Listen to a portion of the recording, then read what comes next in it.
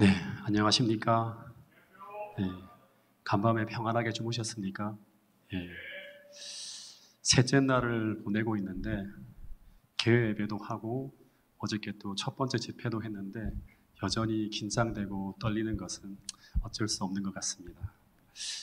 이 셋째 날을 보내고 있는데 참 평안한 환경과 또 훌륭한 강사님들의 이야기를 들으면서 어떻게 보면 참 저에게는 행복하고 또 참 즐길 수 있는 그런 시간이라고 생각하는데 이 강사라고 하는 것만 내려놓으면 정말 더없이 좋은 그런 환경이 이 PUC 환경이 아닌가 하는 생각이 듭니다. 제게도 참 배움이 있고 또 도전이 있는 그런 귀한 시간을 제가 지금 보내고 있는 것 같습니다. 최근에 제가 계속 하나님께 기도하면서 구하고 있는 것이 뭔가 하면 신앙 안에서 얻는 그 완전한 자유와 완전한 평안입니다. 네. 그 주님이 이 땅에 계실 때 누렸던 그 평안과 그 자유를 구하고 있는데 그건 저의 타고난 그 품성과 기질 속에는 존재하지 않는 거예요. 그래서 그것을 받아야만 하는 것이기 때문에 날마다 구하며 또 앙망하면서 기도하고 있는데 근데 우리 안에 없는 것인데 그것을 하늘로부터 받아서 오늘을 살아가는 것을 뭐라고 하는가 하면 우리는 믿음으로 말미암는 삶이라고 합니다. 그래서 이 믿음은 하늘의 모든 은총을 받기 위해서 오늘 하늘이 우리에게 요구하는 유일한 조건이 바로 뭔가 하면 바로 이 믿음이라고 하는 것입니다. 그 믿는다는 것이 무엇을 말하는 것일까? 정말 어떻게 보면 신앙인에게 제일 중요한 게 이 믿음인데 이 믿음에 대해서 그 신학을 시작하고 또 제가 신앙을 시작하면서부터 계속 생각하게 만드는 주제가 바로 이 믿음에 대한 주제인 것 같습니다. 20대 때부터 교회를 다니면서 쭉 보면 수많은 사람들이 믿음에 대해 정말 많은 이야기를 하는 것을 제가 들어왔습니다.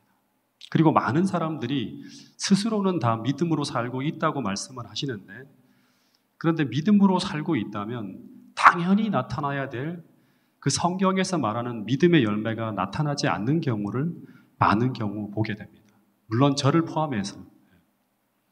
근데 왜 믿음으로 사신다고 말씀하는 분들에게 그 믿음의 열매가 나타나지 않는 것일까? 그것은 그분들이 가지고 있는 그 믿음은 성경에서 말하는 믿음이 아니기 때문이라고 하는 것입니다. 즉 그분들은 실제로는 믿음이 없는 것이에요. 믿음이 없기 때문에 믿음이 없는 열매가 나타나는 것입니다. 그래서 우리는 믿음에 대해서 좀 정확하게 알 필요가 있다고 하는 생각이 들었습니다. 믿음은 되게 복잡해 보이지만 실제로는 되게 단순합니다. 그래서 오늘 저는 믿음에 대한 수만 가지 진술들이 있는데 그래서 좀 단순화시켜서 믿음의 핵심이 무엇인지를 단 두 가지의 이야기로 좀 살펴보려고 합니다. 성경에서 말하는 믿음은 우리가 늘 들어왔을 거예요. 성경에서 말하는 믿음은 무엇인가 하면 인격체이신 하나님을 신뢰하는 것이죠. 우리 개회 예배 때마다, 개회 예배 때부터 매 집회 때마다 우리 위원장님께서 계속 하나님은 살아계시다고 계속 구호를 말씀하시는데 이것은 무엇인가 하면 성경에서 말하는 그 믿음을 다시 한번 우리에게 상기시키는 그러한 이야기라는 생각이 듭니다. 믿음은 인격체이신 하나님을 신뢰하는 것입니다. 더 정확하게 말하면 하나님의 인격과 품성을 신뢰하는 것이라고 하는데 히브리 11장에 보면 하나님께 나가는 자들은 반드시 그분이 존재한다고 하는 것, 즉 인격체로서 존재한다고 하는 거예요. 허상으로 존재하는 게 아니라 인격체로서 존재한다고 하는 것과 그리고 그분이 당신을 찾는 자들에게 반드시 상 주시는 이시라고 하는 것, 즉 그분이 우리를 사랑하신다고 하는 그 사랑의 품성을 믿어야 된다고 하는 거예요. 그래야지만 우리가 하나님을 만날 수 있고 그분께로 나갈 수 있다고 이야기하고 있는 것입니다. 그래서 성경에서 말하는 믿음이 생기려고 하면 어떤 공부만 한다고 되는 것이 아니라 보이지 않지만 실제 하시는 이 하나님을 만나고 경험하고 실제로 교제해야지만 생겨나고 사도 바울이 말하는 것처럼 커져가고 자라날 수 있는 것이 바로 무엇인가 하면 성경에서 말하는 믿음이라고 하는 것입니다. 그래서 어떻게 보면 성경에서 말하는 믿음이라고 하는 것은 마치 우리가 어머니와 아버지를 신뢰하는 것과 똑같이 표현하고 있어요. 그런데 이 인격체에 대한 신뢰는, 즉 믿음은 반드시 어떤 행동을 하게 만드는데 이것을 통해서 내가 믿음이 있는지를 확인할 수 있어요. 그것은 바로 뭔가 하면 맡김이라고 하는 행동이에요. 그래서 성경에서 말하는 믿음이란 단어에는 맡기다라고 하는 의미가 포함되어져 있다고 하는 거예요. 이것을 가지고 의지한다, 또는 신뢰한다, 또는 맡긴다, 다 다르게 표현하는데 전부 다 내가 하나님을 믿는다고 하는 그런 표현들이에요. 그래서 내가 하나님을 믿는다고 하면서도 내게 있는 문제를 그 전능하신 하나님께 맡기지 못한다고 하는 것은 아직도 난 그분을 신뢰하지 못한다고 하는 것이고, 그것은 다시 말하면 그분을 믿지 못한다고 하는 것입니다. 예를 든다면 이런 것입니다. 제가 자주 비유로 쓰고 있는 건데, 어떤 사람의 가까운 이웃 중에 한 의사가 있습니다. 근데 그 사람이 말로는 그분이 정말 신뢰할 수 있는 분이라고 입에 침이 마르도록 칭찬을 합니다. 마치 오늘 우리가 하나님에 대해 이야기하는 것처럼 하나님은 정말 사랑이시고 전능하신 분이시고 그분은 믿을 수 있는 분이라고 말은 그렇게 하지 않습니까? 그런데 그것이 단지 우리 안에 있는 지식인지 아니면 우리 안에 있는 진짜 믿음인지는 확인해 볼 필요가 있어요. 근데 그것이 언제 확인되어질까요?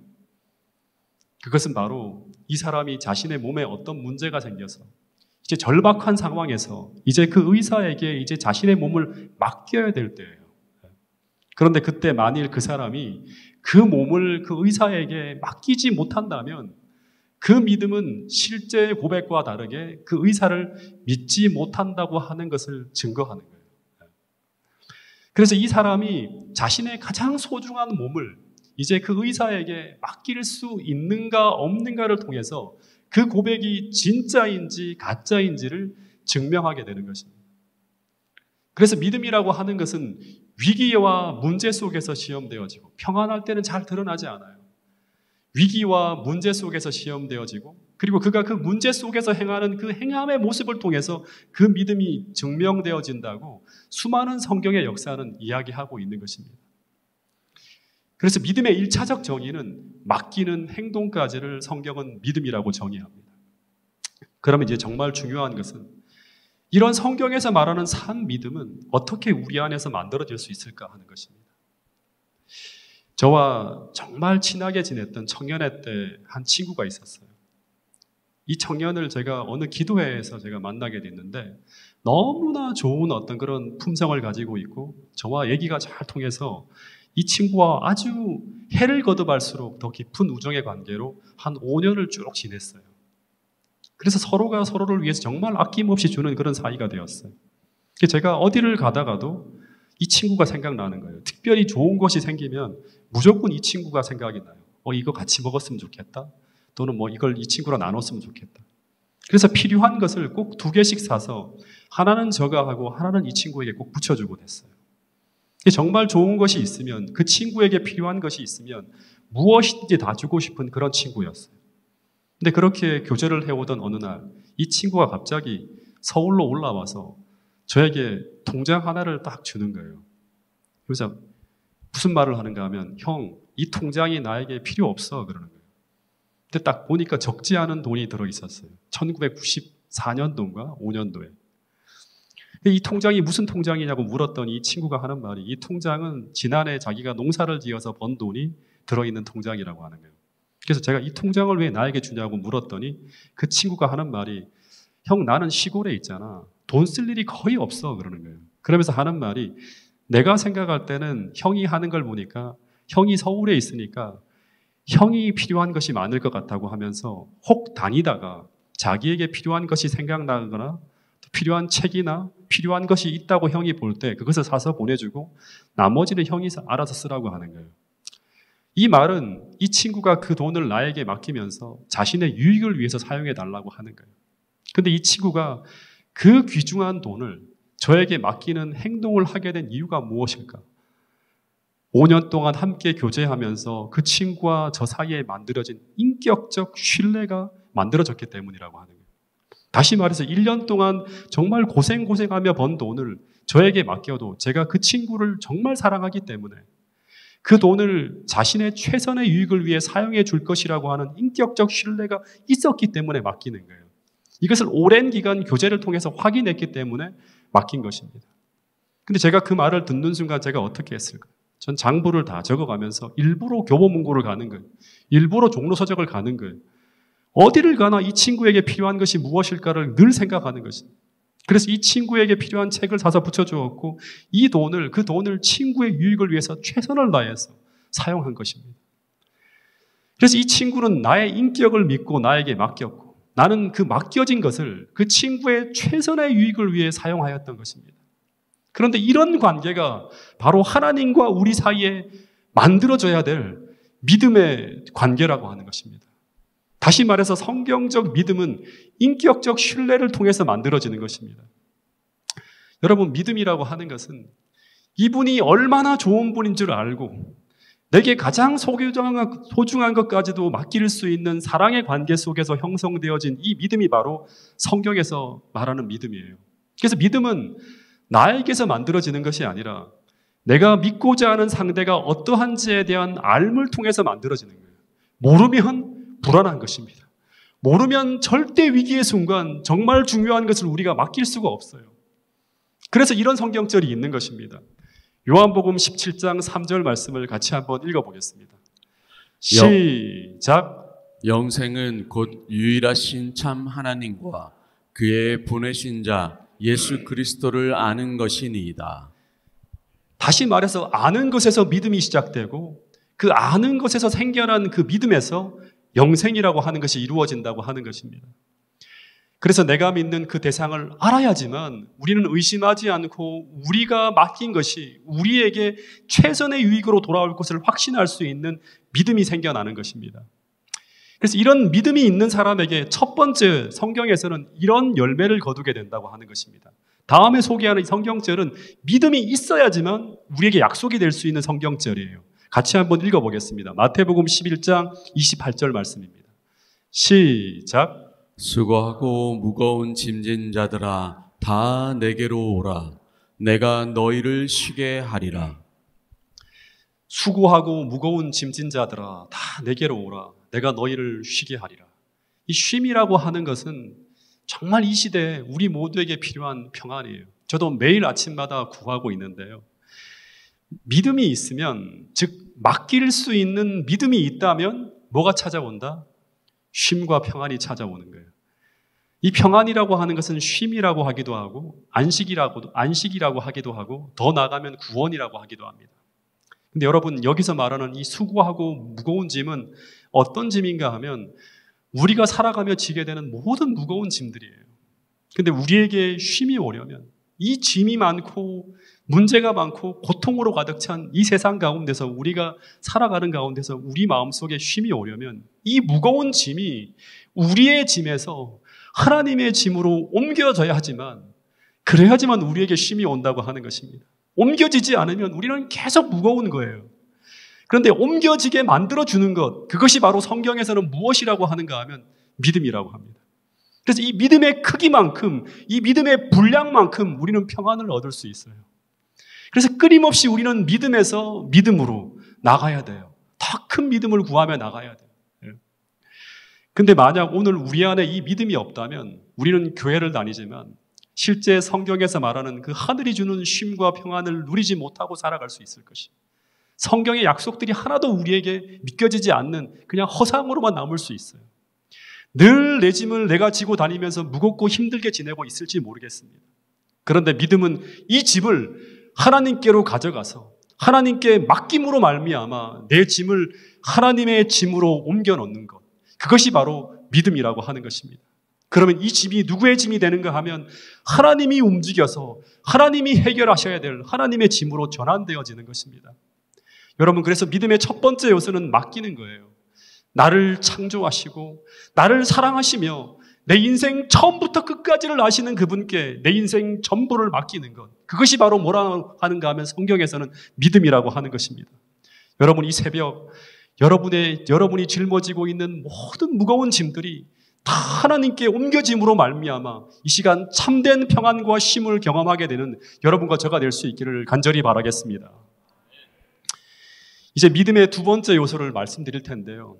이 두 번째 요소는 믿음의 첫 번째 요소인 이 맡김이라고 하는 것이 어떻게 우리에게 이루어질 수 있는지를 알려주는 방법이라고 말할 수 있어요. 제일 중요한 것이고 제일 잘 안 되는 거예요.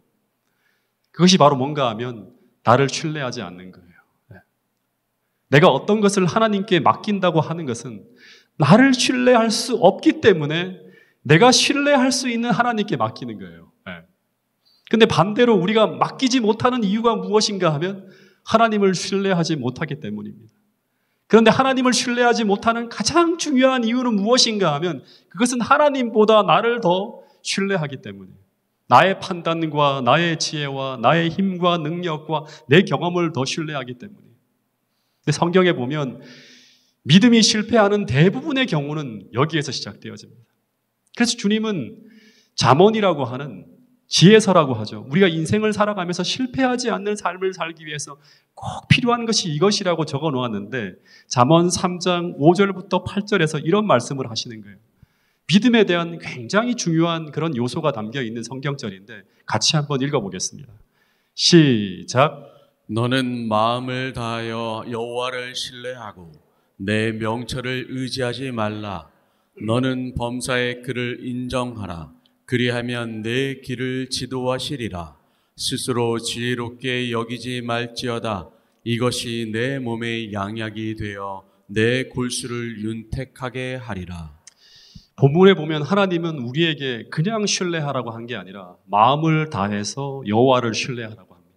근데 어떻게 해야지만 마음을 다해 신뢰할 수 있을까? 이런 질문을 할 수 있겠죠. 근데 이런 마음을 다하는 이런 믿음은 어떻게 만들어지는가 하면 그 다음에 다 얘기가 나와요. 본문을 보면 첫 번째는 내 명철을 신뢰하지 않을 때라고. 그리고 또다시 반복적으로 말씀하시는 게 뭔가 하면 스스로 지혜롭다고 여기지 않을 때, 그때 생긴다고 하는 것입니다. 그래서 참된 믿음의 두 번째 정의는 나를 신뢰하지 않는 믿음, 나를 신뢰하지 않는 생활의 자세, 나를 신뢰하지 않는 그런 마음이에요. 이것을 다른 말로 하면 하나님과 부딪히고 충돌하는 모든 나의 지혜를 언제나 내려놓고 포기하는 거예요. 쉽게 말하면 하나님의 뜻은 이렇게 하라고 하는데 내가 볼 때는 그 길보다 내가 생각하는 이 길이 훨씬 더 좋은 길처럼 보일 때 그때 내가 볼 때 좋아 보이는 그것을 포기할 수 있는 것, 내려놓을 수 있는 것, 그것을 뭐라고 하는가 하면 믿음이라고 합니다. 이것을 가지고 성경에서는 자기 부인이라고 하고요. 날마다 자기를 부인하고 하나님을 쫓아가는 거죠. 혹은 자기 포기라고도 합니다. 스스로의 생각과 지혜를 포기하는 거예요. 이것을 또 다른 말로 하면 내려놓음이라고 하는 거예요. 내 생각을 내려놓는 거예요. 근데 왜 내 지혜와 내 방법을 포기해야 되는가 하면 우리가 계속 생각하는 게 뭔가 하면 하나님은 나보다 한두 배 더 지혜로운 분이 아니라 억만 배 지혜로운 분이라고 하는 것입니다. 여러분, 이 믿음에 대한 이 의미를 담고 있는 대표적인 의식이 바로 뭔가 하면 믿음의 조상 아브라함 때부터 시작되어진 할례라고 하는 것입니다. 이 의식은 남자의 생식기 껍질을 잘라내는 포경수술인데요. 이 의식이 처음 생겨나게 된 게 창세기 17장에 믿음의 조상이라고 하는 아브라함이 하나님과 언약을 맺을 때 처음 생겨난 거예요. 이거를 모든 이스라엘 후손들은, 아브라함의 후손들은 다 해야 됐어요. 이 이야기를 잠깐 좀 살펴보면 하나님이 아브라함과 이런 언약을 맺어요. 너가 내 백성이 되면 내 자손을 어떻게 해줄 것이다? 별과 같이 많게 해줄 것이라고 했어요. 그랬더니 아브라함이 하나님, 제가 하나님의 백성이 되겠습니다 하고 하나님께 자신의 인생을 맡기고 그리고 이 말씀을 쫓아서 자신의 고향을 떠나서 가나안 땅으로 여행을 합니다. 이것이 바로 믿음으로 말미암아 살아가는 삶이에요. 근데 도전이 와요. 위기가 와요. 10년이 지나도 20년이 지나도 아이가 태어나지 않는 거예요. 다시 말해서 나이는 자꾸 먹어가는데 아기가 태어나지 않는 거예요. 그래서 아브라함이 어떻게 하는가 하면 그래도 하나님께 맡겨야 돼요. 그래야지만 믿음에서 믿음으로 전진할 수 있는데 아브라함이 너무나 초조해서 더 이상은 기다릴 수 없다고 생각하고 이제 자신의 지혜와 방법과 경험으로 하나님의 약속을 이루려고 시도한 것이 무엇인가 하면 자신의 아내가 아닌 하갈을 통해서 아기를 낳는 거예요. 이것은 하나님의 방법이 아닌 불법이죠.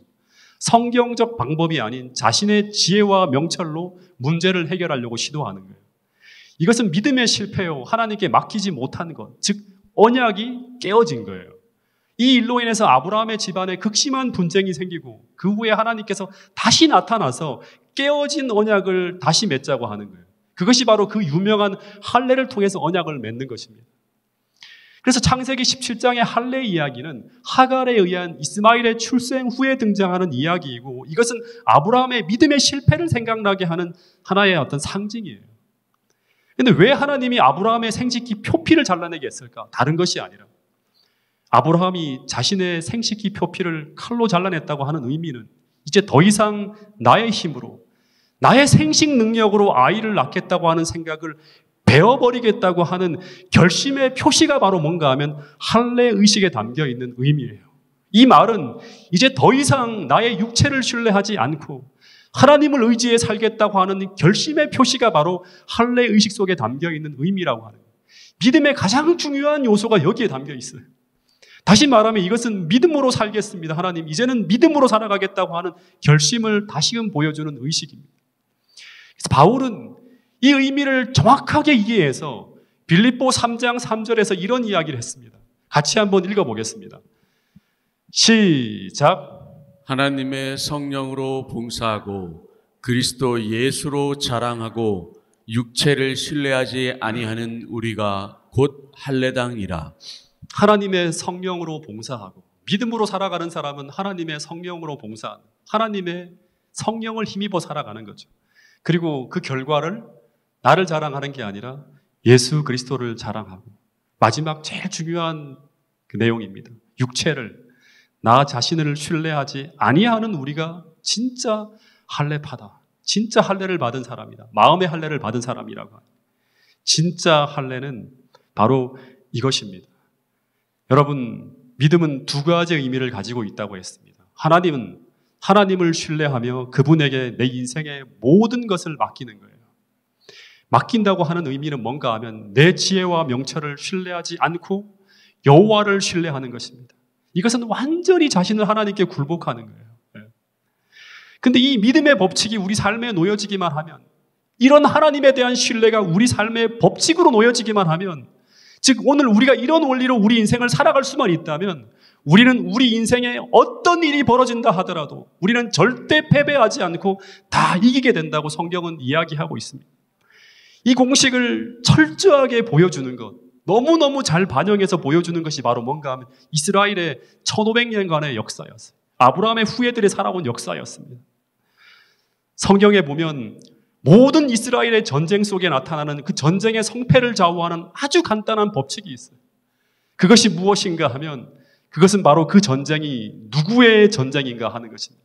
즉 누가 계획하고 누가 주도하고 있는 전쟁인가 하는 것입니다. 즉 이스라엘의 왕의 전쟁인가 아니면 여호와의 전쟁인가 하는 것입니다. 이 조건에 맞춰보면 다음의 결과는 읽어보지 않아도 돼요. 다 똑같아요. 결과는 뻔한 것입니다. 만약 그 전쟁이 왕의 지혜와 왕의 군세만을 가지고 치루어지는 전쟁이라면 결과는 모두 다 패합니다. 왜냐하면 실제 상대는 우리보다 훨씬 더 지혜롭고 능력 있는 사단이기 때문에 그리스도인들은 사단과 싸우는 거예요. 혈과 육으로 씨름하는 게 아니라고 하는 것입니다. 근데 만약 그 전쟁이 여호와의 전쟁이라면 그 어떤 악조건 속에서 전쟁을 치른다 하더라도 다 이겨요.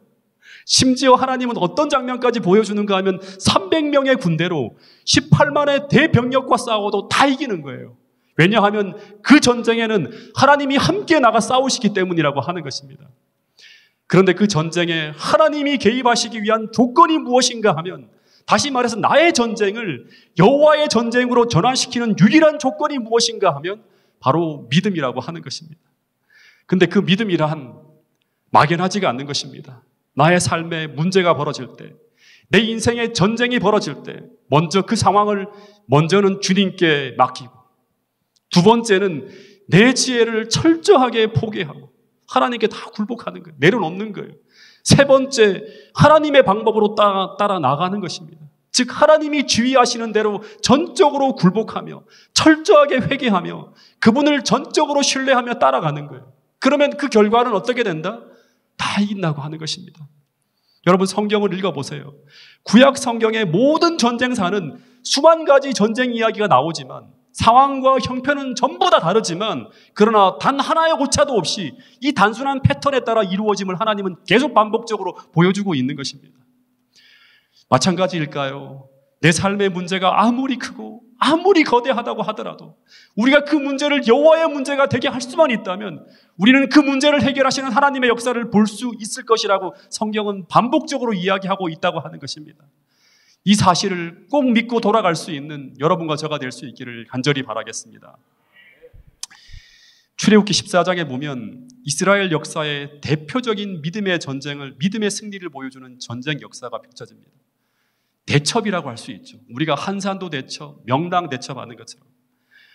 근데 그 시작은 아픈 홍해가 펼쳐져 있고 뒤에는 당시 세계 최강의 바로의 군대가 이스라엘의 길을, 전진을 막고 있는 그런 상황이에요. 당시 모세는 이스라엘 백성들을 이끌고 가나안을 향해 전진해야 되는 상황입니다. 그러니까 보통 문제가 아닌 어마어마한 문제가 그 앞에 놓여 있는 것입니다. 근데 이때 이 기가 막힌 문제 앞에서 모세가 어떻게 이 문제를 해결하는지 보라고 하는 것입니다. 모세가 자신의 힘과 이스라엘 자체의 힘만 바라봐서는 100년, 1000년, 10,000년을 고민해도 해결책이 나오지 않는 문제 앞에 지금 서 있는 것입니다. 도저히 해결할 수가 없는 문제 앞에 서 있는 것입니다. 여러분, 우리도 이럴 수 있을까요? 100년, 1000년 고민해도 해결할 수 없는 문제가 우리 앞에 놓여 있을 수 있을까요? 내가 가지고 있는 힘과 능력으로는 도저히 해결할 수 없는 인생의 짐과 문제가 우리 앞에 놓여 있을 수도 있을 것입니다. 저도 바로 얼마 전에 그런 문제와 씨름하다가 그 문제를 뛰어넘고 지금 이 자리에 서 있는 것입니다. 그런데 모세는 첫 번째 스스로의 방법을 내려놓고 기도하며 이 문제를 믿음으로 여호와께 맡깁니다. 그러자 갑자기 이 전쟁이 순식간에 이렇게 전환되어집니다. 어떻게 전환되어지는가 하면 이스라엘 대 이집트의 전쟁에서 여호와 대 이집트의 전쟁으로 바뀌어집니다. 그 후 하늘에서 들려오는 음성이 바로 이것입니다. 제가 정말 좋아하는 수도 없이 읽고 또 읽고 하는 성경절이, 위기의 순간마다 읽고 하는 성경절이. 같이 한번 읽어보겠습니다. 시작. 모세가 백성에게 이르되 너희는 두려워하지 말고 가만히 서서 여호와께서 오늘 너희를 위하여 행하시는 구원을 보라. 너희가 오늘 본 애굽 사람을 영원히 다시 보지 아니하리라. 여호와께서 너희를 위하여 싸우시리니 너희는 가만히 있을지니라. 모세가 백성에게 이르되 너희는 두려워하지 말고 가만히 서서 여호와께서 오늘 너희를 위하여 행하시는 구원을 보라. 너희가 오늘 본 애굽 사람을 영원히 다시 보지 아니하리라. 여호와께서 너희를 위하여, 너희를 대신해서 어떻게 한다? 싸우신다고 하는 거예요. 이 말씀은 하나님께서 이제 이 전쟁에 개입하시겠다고 하는 것입니다. 다시 말해서 하나님께서 모세의 방법이 아닌 이 전쟁을 당신이 접수해서 당신의 방법으로 모세를 대신해서 싸우겠다고 선포하는 거예요. 근데 여러분, 그러기 위해서는 모세는 어떻게 해야 된다? 자신의 지혜를 내려놓아야 돼요. 정말 중요한 것입니다. 그래야지만 하나님께서 모세를 대신해서 당신의 방법으로 싸울 수가 있는 것입니다. 근데 만약 자기를 신뢰하는 이 마음을 내려놓지 않으면, 즉 하나님을 믿지 못하면 하나님은 절대 우리를 대신해 싸울 수가 없어요. 왜냐하면 아무리 하나님이 지혜롭다 하더라도, 아무리 하나님께서 능력이 많으시다고 우리가 고백한다고 하더라도, 우리가 하나님의 방법을 따라 순종할 수 있는 이 믿음이 없다면 그 하나님의 능력과 지혜는 우리에게 아무런 쓸모가 없는 것입니다. 왜냐하면 그것을 쓸 수 없기 때문이에요. 순종해야지만 쓸 수 있는 거예요. 순종해야지만 우리의 것이 될 수 있는 거예요. 따라갈 수 있어야지만 하나님께서 우리를 대신해 싸울 수가 있는 거예요. 그래서 믿음이 너무나 중요한 것입니다. 어쨌든 모세가 이런 얘기를 듣고 백성들 앞에 선포합니다. 모세의 명령을 따라 이스라엘 백성들이 이제 자신들의 지혜를 내려놓고 하나님께서 지휘하시는 대로 움직이기 시작하는데, 그 첫 번째 스텝이 바로 뭔가 하면 죽음의 길처럼 보이는 차가운 홍해 바다 속으로 들어가는 것입니다. 근데 하나님의 지휘하시는 명령에 순종해서 그 차가운 홍해 속으로 믿음으로 들어갈 때, 그 다음에 어떤 일이 벌어지는가 하면 홍해를 가르는 바람이 붑니다. 이 바람이 무엇입니까? 바로 하나님의 역사 개입, 성령이 역사하는 것입니다. 여러분, 믿음은 성령의 역사를 불러옵니다. 믿음의 법칙이란 생명의 성령의 법칙이에요. 하나님의 성령께서 임재할 수 있는 법칙이에요. 여러분, 하나님께서 개입하시자 싸움의 결과가 이제 어떻게 나타나는가 하면 모세가 평생을 걸쳐 고민해도 해결할 수 없었던 문제가 한순간에 홍해가 갈라짐으로 사라지는 거예요. 이스라엘은 홍해를 무사히 건넜고 애굽의 군대는 간단하게 사라지는 것입니다. 다시 말합니다. 첫 번째, 맡기고, 두 번째, 내 명철과 지혜를 버려야지만 홍해 속으로 들어갈 수 있는 것입니다. 세 번째, 그분의 인도하심 속에 맡길 수만 있다면, 순종할 수만 있다면 오늘 우리를 괴롭히는 수많은 인생의 문제들이 홍해 속으로 순식간에 사라지는 역사를 우리도 볼 수 있을 것이라고 하는 것입니다. 이 과정 속에는 회개와 자복과 굴복과 헌신이라고 하는 모든 과정이 다 포함되어지는 것입니다. 한 가지만 더 이야기하면 다윗과 골리앗의 전쟁 이야기이죠. 당시 이스라엘에 골리앗이라고 하는 거인이 나타나서 이스라엘을 위협하고 있을 때 이스라엘 백성들에게는 그 문제를 해결할 능력이 없었습니다. 그 누구도 그 거인을 상대할 수가 없는 거예요. 40일이 지나도 속수무책 벌벌 떨면서 이제 블레셋의 노예로 끌려갈 날만을 기다리고 있는 것. 그런 문제가 우리 앞에 있을 수 있어요. 이제 끝이다, 내 인생이. 그때 무병의 다윗이라고 하는 어린 한 소년이 등장합니다. 그리고 믿음으로 왜 이스라엘을 모독하는 저 장수를 그냥 두고 보고가 있나? 그러면서 일어나서 믿음으로 골리앗을 쓰러뜨리는 이야기를 우리는 잘 알고 있습니다. 근데 다윗이 골리앗을 어떻게 쓰러뜨리는가 하면 돌멩이 5개를 주어서 골리앗을 향해 달려나가는데, 그런데 그때 이 다윗이 외친 고백을 우리는 놓치지 말아야 돼. 이런 말을 합니다. 너는 칼과 단창으로 나오지만 나는 무엇을 가지고 간다? 이 돌을 들고 나간다고 하지 않고 나는 만군의 하나님 여호와의 이름으로 내게 나간다고 하면서 하나님의 이름을 앞세우고 나가요. 그러면서 그가 외치는 또 한마디의 고백이 이것이었습니다. 그것은 바로 이 전쟁은 나의 전쟁이 아니라 누구에게 속한 전쟁이다? 여호와께 속한 전쟁이라고 하는 거예요. 다시 말해서 다윗의 전쟁이 아니라 여호와의 전쟁이라고 선포하는 것입니다. 이 말은 첫 번째 맡기고, 두 번째 내 지혜를 내려놓고, 세 번째 하나님이 지휘하시는 대로 달려나가는 것입니다. 그런데 이 믿음이 선포되어지고 이 믿음으로 다윗이 달려나갈 때 갑자기 골리앗은 이제 어린 다윗이 아니라 하나님을 맞서 싸워야 하는 상황으로 이 상황이 바뀌어버리는 거예요. 근데 그것을 모르고 투구를 먹고 어린아이를 상대하려고 하다가 죽는 거예요.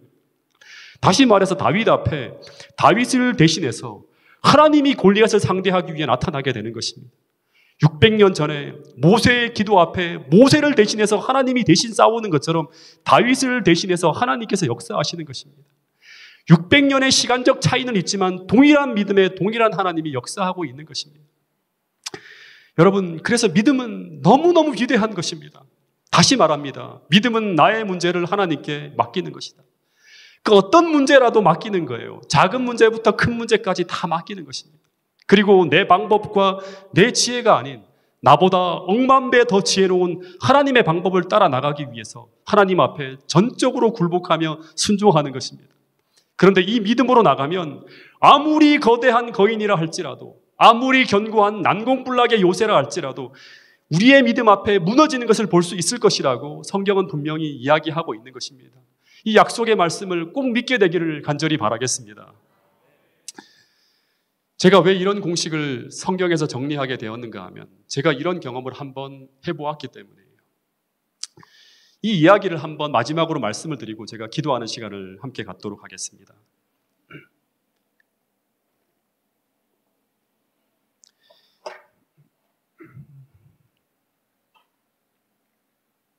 제가 신학을 공부하던 때 겪었던 일인데요.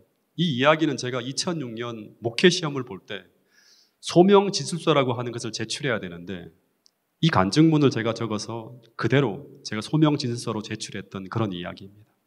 그래서 저는 이 믿음의 경험을 평생 잊지 못하고 있고 이 믿음의 경험을 통해서 하나님의 부르심을 확인하게 되었고 그리고 초신자를 가르치던 전도회를 가든 부흥회를 가든 꼭 이 이야기를 하면서 어떤 이야기를 시작합니다.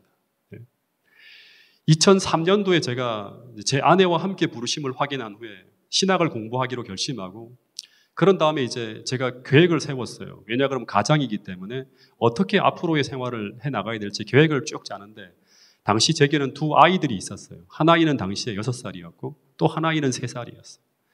근데 이제 제가 신학을 공부하게 되면 수입은 3분의 1로 줄고 지출은 2배 정도가 아니라 그 이상으로 훨씬 더 많이 늘어가게 되는 어떤 상황이었는데 제가 공부를 하려면 반드시 이런저런 일들이 해결되어야 된다고 생각을 하고 아주 철저하게 계획을 세웠어요. 그리고 그 계획대로 이루어지게 해달라고 하나님께 계속 기도를 했어요. 근데 이상한 것은 제가 신학을 공부하기로 딱 결심한 그 시점부터 2002년도에 9.11 테러가 딱 터지면서 경기가 얼어붙고 그리고 제가 계획한 것이 이상하게 꼬여가기 시작하는 것입니다. 제 계획은 당시 제가 신학을 공부하기 전에 사놓았던 하나의 아파트가 있었어요. 근데 이것이 팔려야지만 제가 공부할 수 있다고 하는 생각을 했어요. 근데 9.11 사건이 터진 후에 그렇게 잘 팔리던 아파트가 안 팔리는 거예요. 근데 그러는 가운데 팔아주시겠지 생각을 하고 신학대학원 시험을 쳤어요. 그리고 아파트가 팔리기를 기다리는데 등록 시한이 다가오는 그 순간까지도 집은 안 팔리고 등록금 문제도 안 된 상태로 계속 지나가는 거예요. 근데 시험을 쳤는데도 안 팔리니까 이게 진퇴양난인 것입니다. 분명히 팔아주셔야지만 갈 수 있는데 왜 하나님이 안 팔아줄까? 근데 당시 제가 매달 고정적으로 아무것도 하지 않아도 100여만 원 이상의 돈을 계속 지불해야 되는 정리가 안 된 그런 일들이 있었고 거기다가 두 아이의 양육비에다가 아파트 관리비, 대학원 학비에다가 생활비까지 합치면 이 아파트가 안 팔리면 제가 공부를 시작하면 딱 1학기를 하지 못하고 아마 중단되어지는 상황이라고 하는 게 제 머릿속에 있는 계획이었어요. 막대한 돈들이 계속 들어가야 되니까. 그래서 매일 기도하는 내용은 하나님 만약에 제가 신학을 공부하기를 바라신다면 이 아파트를 팔아달라고 계속 기도를 했어요. 심지어 아파트가 안 팔리면 어떻게 공부를 해야 되지? 엄청나게 고민을 하면서 심지어 소명까지 막 흔들리기 시작하는 거예요. 왜냐하면 아이들이 있으니까 염려가 되는 거예요. 근데 아내가 당시 제게 그런 비슷한 생각을 비출 때마다 반복적으로 한 말은 뭔가 하면 다른 모든 것은 다 흔들려도 이 소명에서만큼은 흔들리지 말자고 계속 이야기를 하는 거예요. 이것은 우리가 몇 번에 걸쳐 확인을 한 것인데 만약 여기서 당신이 흔들리면 뒤돌아간다 그러면 자신의 신앙의 상태도 위태로워질 것 같다고 하는 거예요. 우리 가정 신앙 자체가. 이게 정말 진퇴양난이었어요. 앞에는 홍해가 있어 앞으로도 못 나가고 뒤에는 애굽의 군대가 있어 뒤로도 못 빠지는 거예요. 근데 아무런 일도 벌어지지 않고 계속 시간만 가고 있었는데 근데 이상한 한 사건이 터졌어요. 2003년 12월이었습니다. 아내가 당시에 이제 재롱이 잔치로 막 바빠서 밤늦은 시간까지 야근을 해서 일주일 내내 계속 파김치가 되어 들어오는 거예요. 그날 저녁도 아내가 퇴근해서 돌아오자마자 아이들을 다 시키고 꼬맹이들부터 먼저 재우기 위해서 그냥 거실에서 이불을 깔아놓고 애들을 먼저 재우고 난 다음에 일을 하려고 토닥토닥 거리고 있다가 아내가 아이들과 같이 잠이 들어버린 거예요. 제가 아내를 깨우려고 하다가 너무 피곤해 보여서 그냥 거실에다가 이불을 덮어주고 그리고 재웠어요. 그때 시간이 대략 8시였습니다. 제가 생각할 때 아침밥을 안 해놓고 이제 자면 아내와 아이들이 밥을 못 먹고 출근할 것 같아서 제가 아침밥을 한번 지어놔야겠다 생각을 하고 쌀을 씻어서 가스레인지 위에 불을 켜고 딱 올려놓았어요. 그리고 딱 돌아왔는데 거실에서 이 둘째 아이가 깬 거예요. 눈을 말똥말똥하고 아빠를 쳐다보는 거예요.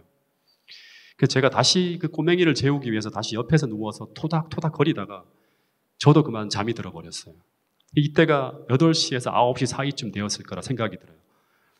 그래서 깨어서 잠깐 눈을 떴는데 주방에 불이 환하게 켜져 있는데 벽걸이 시계를 딱 보니까 6시가 조금 넘었어요. 그러니까 10시간이 지나간 것이죠. 저는 아무 생각 없이 주방으로 이제 걸어가면서 화장실을 가려고 주방을 지나가다가 가스레인지에 불이 켜져 있는 걸 보고 막 달려가서 불을 껐어요. 그리고 아침밥 다 먹었겠구나 하면서 한숨을 푹 쉬었어요. 밥솥을 그리고 열면서 생각하기를 10시간 동안 밥통에 불을 얹어놨으니까 아주 새까맣게 위에까지 다 타 있을 것이라고 생각을 하고 밥솥을 열었는데 다행히 위에 밥은 하얗게 쌀밥이 되어 있는 거예요. 그래서 감사하다는 생각을 하시고 주걱을 가지고 어디까지 탔는지를 보려고 밥솥 속으로 푹 찔러 보았는데 이상하게 너무나 부드럽게 주걱이 바닥까지 쑥 들어가는 거예요. 이상하다 해서 바닥을 한번 주걱 가지고 쓱 긁었는데 밥이 바닥까지 단 한 톨도 눌지 않고 하나도 그대로인 거예요. 전 그 순간 너무나 놀라서 아내에게로 막 달려가서 놀라운 일이 일어났다고 하면서 막 깨웠어요. 그리고 이 상황을 착 설명했더니 처음에는 자다가 일어나서 무슨 봉창 두드리는 소리를 하냐고 하면서 믿지 않는 거예요. 그래서 제가 방금 전까지 그 불기운을 받아서 손을 댈 수조차 없는 그 뜨거운 열기가 남아있는 그 밥솥에 손을 막 대게 하니까 그때부터 믿기 시작하는 거예요. 제 표정이 너무나 진지하니까. 그리고 그 순간 서로가 바라보면서 이런 말을 했어요. 이 사건이 왜 이 시기에 벌어졌을까? 이것은 하나님께서 우리 가정을 부르시는 게 분명하다.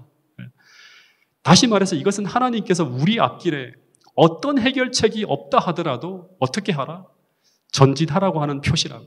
기드온처럼 하나님께서 우리를 부르시는 표적으로 믿게 하시려고 하나님께서 이런 사건을 주셨을 것이라고 생각을 했어요. 그런데 계속 떠나지 않는 의문이 뭔가 하면 10시간 동안 가스레인지 불 위에 놓은 그 밥통 속에 그 밥이 어떻게 단 한 톨도 진실하게 얘기합니다. 한 톨도 눌지 않았을까? 그런 생각을 하게 되었어요. 저는 한 달 동안 계속 이 상황을 어떻게든 과학적으로 이해해 보려고 계속 생각을 했어요. 왜냐하면 저는 사람들이 말하는 기적에 대한 이야기를 거의 믿지 않는 사람이었기 때문에 그래요. 뭔가 저 사람은 잘못 본 게 있을지 몰라요. 근데 당시 제게 벌어진 상황은 하나님께서 하셨다고 하는 것, 하나님을 개입시키지 않으면 어떤 것으로도 설명될 수 없는 현상이었어요. 다시 말해서 그 뜨거운 가스레인지 불꽃과 그 밥통 사이를 천사가 개입하여 그 열기를 10시간 동안 적절하게 조절하였다고 하는 것을 인정하지 않으면 도저히 답이 나오지 않는 상황이었어요. 근데 제가 어제도 이 말씀을 준비하면서 또다시 이날 일을 생각을 했어요. 이게 정말 기적이었을까? 혹시 다른 이유가 있지 않을까? 근데 떠오른 생각이 뭔가 하면 하나님이 보여주신 생각인지 모르겠어요. 주방에 창문이 열려 있다고 하는 걸 제가 생각하게 되었어요. 그래서 바람이 불어서 혹시 밥이 눌러붙지 않았을까? 그 차가운 바람이 막 들어와서 12월 달에. 근데 10시간 동안 그 가스레인지 위에 놓여진 밥통에 밥이 눌지 않도록 만약에 바람이 불게 하셨다면 그 바람은 하나님께서 불게 하신 거 아니에요. 그러니까 하나님께서 도와주신 게 아니면 그 뜨거운 열기가 10시간 동안 그 밥통을 가열했는데 어떻게 단 한 톨도요. 산모랑 저랑 함께 봤는데 한 톨도 눌지 않았을까? 하나님께서 하신 거예요. 그 밥을 먹으면서 계속 우리 두 부부는 생각을 했어요. 믿음은 현재의 상황을 보는 것이 아니라 믿음의 주요 온전케 하실 수 있는 그 창조주이신 예수와 그분이 우리에게 약속하신 그 약속을 보고 그리고 현재의 상황을 하나님께 맡기고 나가는 것이라고 하는 것입니다. 근데 이 믿음이 얼마나 갔을까요? 한 달이 못 가요. 상황이 어려워지니까 기적은 전혀 저희를 붙들어주지 못했어요. 마치 홍해가 갈라지는 기적을 보고 난 후에 단 3일 만에 광야에서 그 믿음을 잃어버린 이스라엘 백성들처럼 똑같은 거예요. 여러분 성경은 진리예요. 제가 경험해 보니까 정말 진리예요. 한 올의 빈틈도 없이 정확하게 진리예요. 한 학기를 마치고 여름방학을 지내고 2학기 등록할 때쯤에 계속 하나님께서 밥통 사건을 일으키셨으면 저는 아파트를 한 방에 팔아주신다고 하는 약속으로 믿고 계속 아파트를 놓고 기도하고 나갔어요. 저거를 팔아주면 모든 문제가 해결되니까. 근데 아슬아슬하게 하나님의 도움으로 한 달 한 달 넘어가다가 또 한 번의 고비가 왔어요. 2004년 9월이었는데 개강을 했는데 등록을 하지 못하고 계속 지나가는 거예요. 저는 계속 그 밥통 사건의 기적이 있었지만 또다시 하나님이 아닌 그 팔리지 않는 아파트만 계속 바라보고 기다리고 있었어요. 계속 기도만 하는 거예요. 하나님 저거 팔아주세요. 근데 왜 안 해주시는지 아무리 싸게 내려놔도 도무지 팔리지 않는 거예요. 하나님은 도대체 뭐 하고 계시는지 너무나 안타까운 거예요. 그것만 팔리면 모든 것이 해결되어지는데 왜 하나님은 나를 아슬아슬하게 살아가게 하고 나를 힘들게 하시는지 애타게 하시는지 모르겠어요. 공부도 잘 안 되게. 근데 집은 계속 안 팔리고 그 흔하디 쉬운 전세를 살고 있는 집을 월세로 옮겨서 그 돈을 가지고 등록금을 쓰려고 했는데 그것도 몇 달째 안 나가는 거예요. 근데 그런 상황에서 중간고사가 다가오고 있는데 등록을 못하고 있는 것입니다. 그러다가 이제 진짜 위기가 왔어요. 생활비까지 거의 바닥에 나버린 상황에서 계속 막대한 돈이 들어가니까 어느 날 단돈 5만 원으로 아내와 다투게 되었어요. 그것도 등록금 문제로 고민하고 있는 사이에 뭐가 찾아왔는가 하면 이 장모님의 생일이 다가왔는데 근데 아내가 계속 이렇게 저의 눈치를 보다가 어머니 생일 선물을 사야 되는데 저한테 5만 원이 필요하다고 하는 거예요. 근데 우리에게 그 돈이 없는 거예요. 당장 학교 갈 돈도 떨어지고 있었고 심지어 신학기 책을 살 돈도 없는데 5만 원짜리 어머님의 생일 선물을 보고 그것을 사고 싶어하는 아내에게 그 선물을 사라고 말을 못하니까 제가 너무나 비참한 거예요. 그러다가 아내가 갑자기 더 이상 말을 하지 않고 음식물 쓰레기를 버리고 갔다 오겠다고 해서 밖으로 나가는 거예요. 그리고 난 후에 한참이 지난 후에 들어오는데 이 사람이 얼마나 울었는지 두 눈이 퉁퉁 부었고 빨개진 눈을 하고 들어온 거예요. 그날이 금요일 저녁 예배를 마치고 집에 돌아왔을 때였기 때문에 이 안식일이잖아요. 안식일 날 그런 이야기를 계속하게 되면 안식일이 엉망이 될 것 같아서 서로 말을 하지 말고 그냥 잠을 자자고 해서 서로 같이 잠을 잤어요. 근데 그 다음날 아침에 안식일을 맞아서 제가 교회로 쭉 가는데 두 사람이 아무 말도 없이 갔어요. 근데 그 침울하게 금요일 밤을 보낸 우리에게 그 밥통 사건만큼 감격스러운 경험이 기다리고 있었어요. 교회 정문 앞에서 한 집사님이 제 아내를 기다리고 있다가 밖에서 계속 강민경 집사 언제 오는지 계속 기다리고 있다가 교회 현관에서 성주 엄마를 보자마자 민경아 하고 막 뛰어내려오는 거예요. 그러더니 아내의 손을 잡아서 유년관으로 막 끌고 들어가는 거예요. 제 아내는 그 집사님을 만났다 돌아오면서 바로 어제 그 모습이 아니라 전혀 다른 모습으로 저를 보자마자 눈물을 펑펑 흘리면서 대성통곡을 하는 거예요. 그 표정은 하나님을 만난 표정 같은 그런 표정이었어요. 그러면서 이런 말을 하는 거예요. 성주 아빠 하면서 제게 이런 말을 하는데 그때 한 말을 제가 하나도 놓치지 않고 다 기억에 남아요. 그게 뭔가 하면 하나님은 어젯밤에 그 엘리베이터 계단 밑에서 소리도 못 내고 울며 기도했던 그 눈물 섞인 기도를 하나님은 정말로 살아계셔서 다 들으셨는가 보다고 하는 거예요. 이 말은 하나님이 그 아내의 기도를 하나도 빠짐없이 다 들어주셨다고 하는 거예요. 어떤 상황이었는가 하면 아내는 저와 다툰 후에 제 앞에서 계속 등록금 문제로 인한 어려움을 계속 이야기하면서 혹시나 자기가 울까봐 이제 울기 직전의 상황에서 눈물을 보이기 싫어서 그 눈물을 보이면 제가 흔들릴까봐 쓰레기를 버리러 나간다고 하면서 집으로 돌아오지 않고 아무도 없는 엘리베이터 계단 밑에서 혼자 쭈그리고 앉아서 훌쩍거리면서 계속 울고 있었던 거예요. 계속 기도하고 있었던 거예요. 하나님 다 아시죠? 다 알고 계시죠? 부르셨으니까 인도해 주실 줄 믿어요. 지금의 이 상황이 계속되는 것이 아니라 반드시 해결되어질 것이라고 하는 걸 믿어요. 그러면서 울고 통곡하며 기도했다고 하는 것입니다. 그런데 그 안식일에 교회에 들어서자마자 그 집사님이 오셔서 우리에게 딱 필요한 만큼의 돈을 하나님이 주신 것처럼 3개월만 쓰게 해주겠다고 말씀하시면서 그 돈을 빌려주는 거예요. 근데 그 돈은 우리에게 소름 끼칠 정도로 정확하게 저희에게 필요한 정확한 돈이었어요. 그 집사님이 학원 자리가 헐리면서 보상을 받은 돈이 있는데 그날 갑자기 제 아내에게 돈을 빌려주겠다고 하면서 그날 아침 교회 문 앞에 와서 제 아내가 오기만을 기다리고 있었다고 하는 것입니다. 하나님은 아내가 기도하던 그 시간에 그 집사님이 왜 거기 와 있는가 하면 하나님은 아내가 기도하던 그 시간에 하나님은 제 아내의 기도 소리를 들으시고 바로 천사를 보내사 그 집사님의 마음을 감동시키고 계셨던 거예요. 여러분 이것은 어제 저녁에 김도성 선교사님의 말씀처럼 단 하나의 보탬도 없는 진짜 일어난 실제 이야기라고 하는 사실을 꼭 기억할 수 있게 되기를 간절히 바라겠습니다. 그 집사님은 그 금요일 밤에 안식일에 돈 이야기하는 것이 좀 그래서 집사님 얘기를 들었는데 전화기를 들었다 놨다 반복하면서 전화를 걸지 못해 안달하다가 그 다음날 아침에 왜 그래야 하는지도 모르고 돈을 들고 와서 우리에게 돈이 필요하지 않냐고 하며 달려왔다고 하는 것입니다. 여러분 다니엘 9장 10장에 그 다니엘의 기도를 들으시고 가브리엘 천사를 통해서 고레스의 마음을 감동시키셔서 이스라엘의 그 고민스러운 문제, 이스라엘의 해방령을 내리신 그 주님께서 에스더의 그 아수르의 왕의 마음을 감동시켜서 에스더를 살리신 그 하나님께서 동일하게 우리를 위해서 그 집사님의 마음을 감동시키셨다고 하는 것입니다. 아내와 저는 그날 그 감격스러움을 지금도 잊을 수가 없어요. 근데 그 집사님은 그 돈을 우리에게 빌려주면 안 되는 상황이었어요. 왜냐하면 그분은 3개월 후에 12월 달에 다시 학원을 계약해야 되는 상황이어서 그 돈은 빌려줘야 할 돈이 아니라 통장에 넣어두어야 될 돈이었어요. 근데 왜 돈을 빌려달라고도 안 했는데 그 집사님은 학생 신분인 제게 수입이 없는 제게 빠듯하게 매달 살아가는 제게 뭘 믿고 돈을 들고 와서 우리에게 빌려주겠다고 하면서 그렇게 기다리기까지 했는지 지금도 너무나 이상한 그런 이야기. 그래서 우리는 그 빌린 돈을 3개월 후에 반드시 갚아야 했어요. 놀랍게도 석 달 후에 그렇게 안 나가던 집이 전세에서 월세로 옮겨지면서 약속한 그 돈을 정확하게 갚을 수가 있었습니다.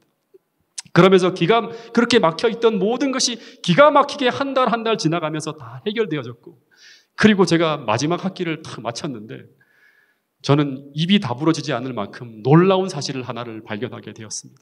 그것은 바로 마지막 학기까지 제가 그렇게 기도하고 바라보며 의지하던 그 아파트는 여전히 안 팔렸다고 하는 사실.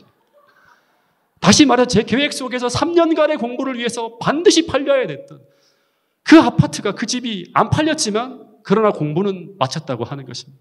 다시 말해서 이 말은 제 계획은 실패했지만 하나님이 저를 신학의 길로 공부시켜서 목회자로 만드시겠다고 하는 그 하나님의 계획은 성공했다고 하는 것입니다.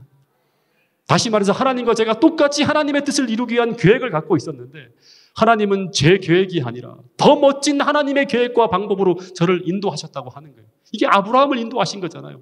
아브라함도 이 하나님의 그 후손 나라를 이루기 위한 계획이 있었어요. 어떻게 하겠다고, 하갈을 통해 아이를 낳겠다고. 하나님은 다른 방법을 사용하시는 것입니다. 그래서 이 과정에서 겪은 모든 고민은, 아브라함처럼 고민한 건, 그 모든 고민은 대부분 제가 인간적 방법으로 계산할 때, 다시 말해서 내 지혜를 포기하지 않고 내 지혜를 의지할 때 벌어진 머릿속에서만 이루어진 다 염려였다고 하는 것입니다. 여러분, 저는 이 경험을 통해서 믿음에 대한 중요한 공식을 하나 배우게 되었어요. 믿음은 우리 문제를 하나님께 맡기고 내 명철이 아니라 그분의 지혜를 따라 살아갈 수 있는 살아있는 믿음만 내게 있다면 우리는 그 어떤 상황 속에서도 염려할 필요가 없다고 주님은 말씀하고 있는 것입니다. 우리의 모든 복잡한 문제는 다 나의 지혜가 아닌 그분의 지혜대로 해결된다고 하는 것입니다. 여러분, 지금 이 순간 반드시 하나님의 역사 개입이 필요한 분이 혹 이 자리에 계시다면 하나님을 대신해서 여러분들께 호소합니다. 꼭 이 기도의 자리에서 여러분의 인생을 하나님께 맡기고 이 위대한 믿음의 법칙을 따라 하나님이 지휘하시는 대로 따라가는 신앙의 모험을 해보시기로 결심하게 되기를 간절히 바라겠습니다. 나의 지혜보다 억만 배 더 지혜로운 하나님의 방법을 따라 살아갈 때 그때 경험하게 되는 하나님의 영광스러운 역사를 꼭 경험하게 될 수 있기를 간절히 바라겠습니다. 마지막 말씀입니다. 오늘 들어왔던 모든 말씀들을 생각하면서 큰 소리로 함께 읽어보도록 하겠습니다. 요한복음 11장 40절 말씀입니다. 시작. 예수께서 이르시되 내 말이 내가 믿으면 하나님의 영광을 보리라 하지 아니하였느냐 하시니. 내가 믿으면 하나님의 영광을 보리라. 내가 믿으면, 다시 말합니다, 맡기고 나의 지혜를 포기하고 하나님의 인도하시는 대로 따라가면 우리 인생에서 하나님께서 역사하시는 하나님의 영광을 보게 된다고 말씀하고 있습니다. 오늘 이 새벽 그 믿음을 달라고 우리 모두 기도의 자리에서 함께 기도할 수 있는 여러분과 저가 될 수 있기를 간절히 바라면서 오늘 말씀을 드리도록 하겠습니다. 같이 기도하겠습니다. 하늘아버지, 이 새벽 우리가 다시 한번 믿음에 대한 귀한 공식들을 배울 수 있도록 인도해 주셔서 감사합니다.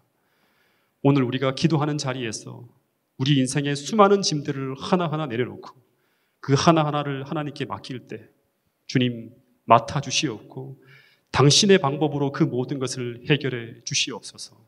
그리고 그 방법을 따라 순종해 가면서 경험하는 그 놀라운 하나님의 역사를 우리 모두 성경 속의 신화가 아니라 오늘 우리의 현실 속에서 경험할 수 있도록 도와주시옵고 그 일을 통해서 하나님께 영광 돌릴 수 있는 우리 모두가 될 수 있도록 인도하여 주시옵소서. 특별히 야행의 기간 모든 집회마다 성령의 역사가 펼쳐지게 하여 주시옵고 우리 모두가 살아계신 하나님을 만나는 놀라운 경험을 할 수 있도록 인도하여 주시옵기를 예수님의 이름으로 감사하며 간절히 기도드렸나이다. 아멘.